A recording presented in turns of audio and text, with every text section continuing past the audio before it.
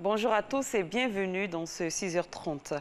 La Pentecôte ou fête rappelant la venue du Saint-Esprit sur les apôtres a été célébrée ce dimanche 20 mai par les églises de Côte d'Ivoire.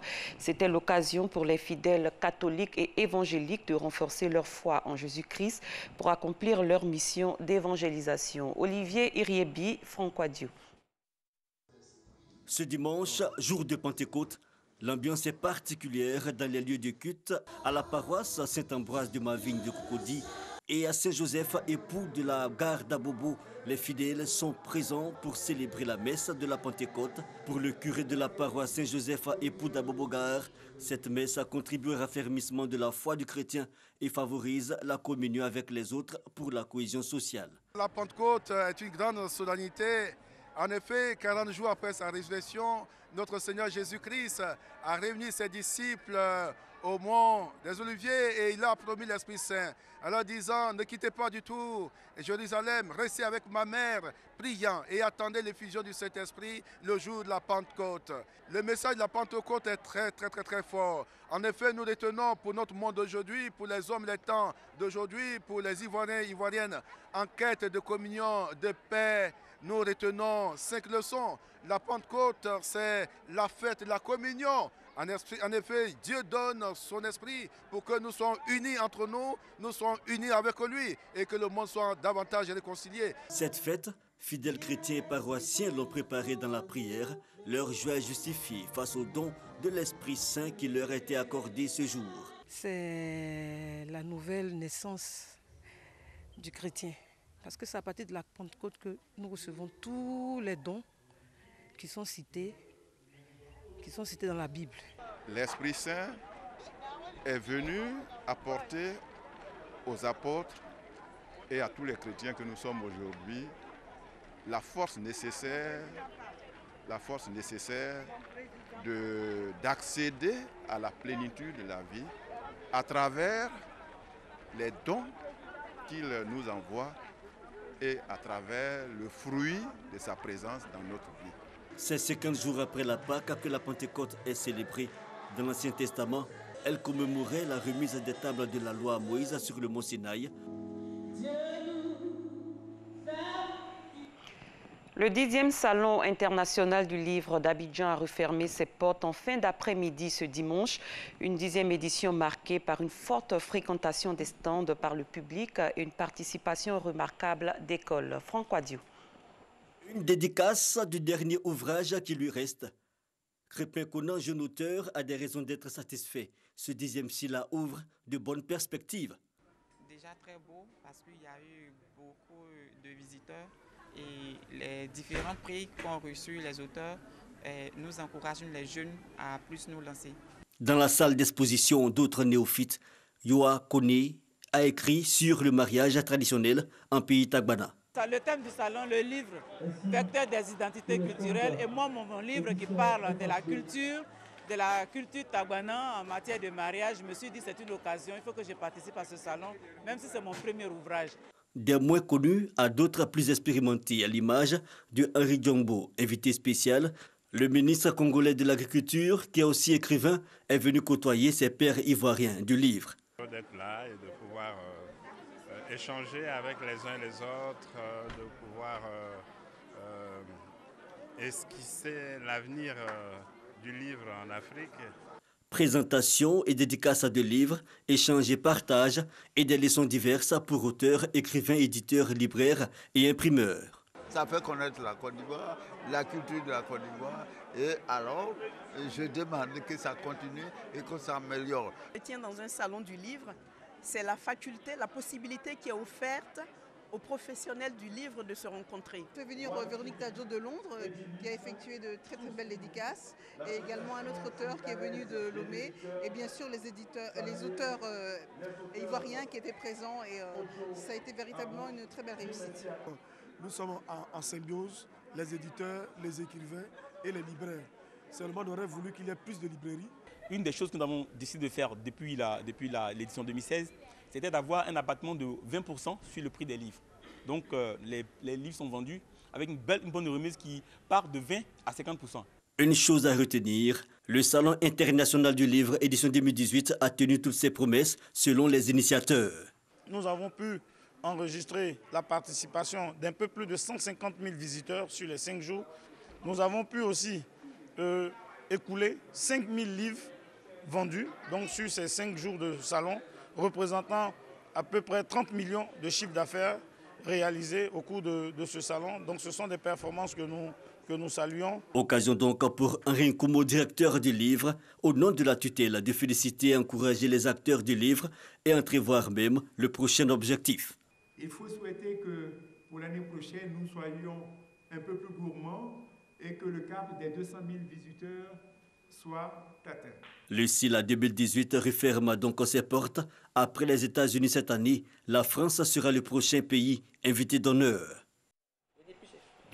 La musique ivoirienne est en deuil. L'artiste accordéoniste Ngoran Laloy, également époux de la chanteuse tradi moderne Ala Thérèse, est décédé ce dimanche 20 mai dans son village à Konan-Kokorekro, dans le département de Cocody. Unis à la chanteuse depuis les années 50, ils produisent en 1956 à Oumonseli leur première œuvre. Le couple totalise 6 albums aujourd'hui et depuis 2014, Ngoran Laloy et Ala Thérèse bénéficiaient de la pension mensuelle offerte aux artistes par l'État ivoirien.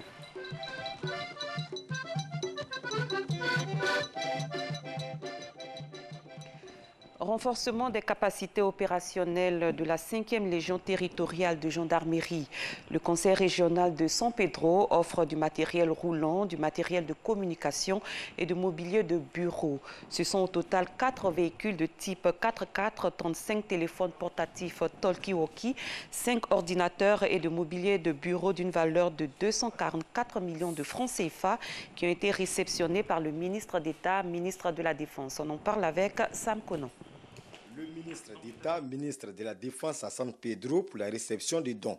Après les honneurs militaires rendus par 4 détachements, un cap a été mis sur la 5e Légion territoriale de gendarmerie de Soweké, lieu de la cérémonie où l'attendaient les autorités de la ville, les opérateurs économiques, les chefs de commandement et la population, avec un accueil chaleureux. Il s'agit de la remise de matériel roulant, de matériel de communication et de matériel de bureau à la gendarmerie de San Pedro.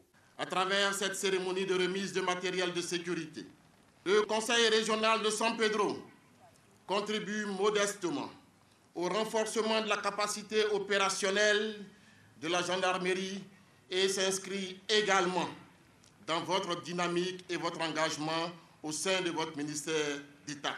En réceptionnant les clés des 4 véhicules de type 4x4, les ordinateurs, les talkie-walkie, le mobilier des bureaux et les clés d'un poste de gendarmerie construit par le Conseil régional, le ministre d'État, ministre de la Défense, a salué l'acte posé par le président du Conseil régional. Je suis très surpris, très heureux et j'ai voulu, à travers ma présence, vous marquer toute ma satisfaction. Et vous dire tous les encouragements et les félicitations du président de la République. Quand je lui ai expliqué l'objet de ma visite, il m'a dit, vous allez donner des véhicules à San Pedro. Je lui ai dit, non, c'est San Pedro qui veut nous donner des véhicules. C'est la première fois qu'un responsable m'appelle et me dit, nous-mêmes, on va donner des voitures pour aider la gendarmerie, pour protéger nos populations. Et je voudrais le féliciter. Pour Ahmed Bakayoko, il faut continuer à œuvrer à l'amélioration des rapports gendarmerie-population. Veillez à ce que les populations ne souffrent pas de nos actions. Nous devons être le secours des populations. Quand un chef, une femme, un jeune voit un policier, un militaire ou un gendarme, il doit être rassuré. Il ne doit pas avoir peur. S'il a peur, c'est que nous avons échoué. Le ministre d'État, ministre de la Défense, a saisi l'occasion pour féliciter publiquement le préfet militaire Koulibaly Ousmane pour la sécurisation de San Pedro, deuxième pôle économique de Côte d'Ivoire. Pour soutenir et apporter une solution à la question de l'emploi des jeunes de la région du Sud Comoé, le ministre des Affaires étrangères Marcel Amontano, originaire de la région, met à leur disposition un fonds d'appui à hauteur de 70 millions de francs CFA. L'annonce a été faite lors de la cérémonie d'investiture des présidents du Conseil national des jeunes du Sud Comoé, tenue à Boisseau samedi dernier. Salima Toudia, Francois Diou. La question de l'emploi des jeunes du Sud Comoé préoccupe les cadres de la région. Le ministre des Affaires étrangères met à la disposition de la jeunesse, réunie au sein du Conseil national des jeunes du Sud Comoé, un fonds d'aide de 70 millions de francs CFA afin de réaliser les activités génératrices de revenus. Des jeunes diplômés aujourd'hui, il y en a beaucoup, mais le secteur public ou le secteur privé n'arrive plus à pourvoir aux emplois en nombre suffisant pour ces jeunes. Donc il faut que ces jeunes-là fassent preuve d'initiative, d'audace, qu'ils prennent des risques, mais il faut que nous les accompagnions. Une main tendue que les présidents du Conseil national des jeunes du Sud Comoé investi acceptent. On va commencer à travailler sur le volet technique en nous appuyant sur les compétences des sous de l'État, telles que l'AEJ et la direction de la jeunesse. À cet effet, nous sommes prêts à lui présenter le cadre technique sur lequel nous voulons travailler, montrer le dynamisme de la jeunesse du Sud Comoé sur l'utilisation de ces fonds. Le président du Conseil régional du Sud Comoé encourage d'autres cadres de la région à suivre cet exemple pour la création d'emplois en faveur des jeunes. Le développement ne peut pas être l'affaire d'une seule personne ou même d'une telle structure. Ça doit être un moyen de mettre tous les efforts ensemble pour pouvoir faire le maximum. De 2012 à 2017, plus de 1300 jeunes ont été introduits dans les activités économiques du Sud Comoé, selon le président du conseil régional. Avec ce fonds d'aide, les jeunes sont appelés au travail afin de mener à bien leurs projets de développement. Lancée depuis le 5 avril dernier, l'opération de contrôle périodique des instruments de mesure bat son plein. Les agents du ministère du Commerce sillonnent les commerces pour s'assurer que toutes les transactions qui ont lieu dans les marchés et les différentes officines à travers des instruments de mesure sont empreints de transparence et de loyauté. Des instruments de mesure qui devraient donner le juste prix et le poids réel.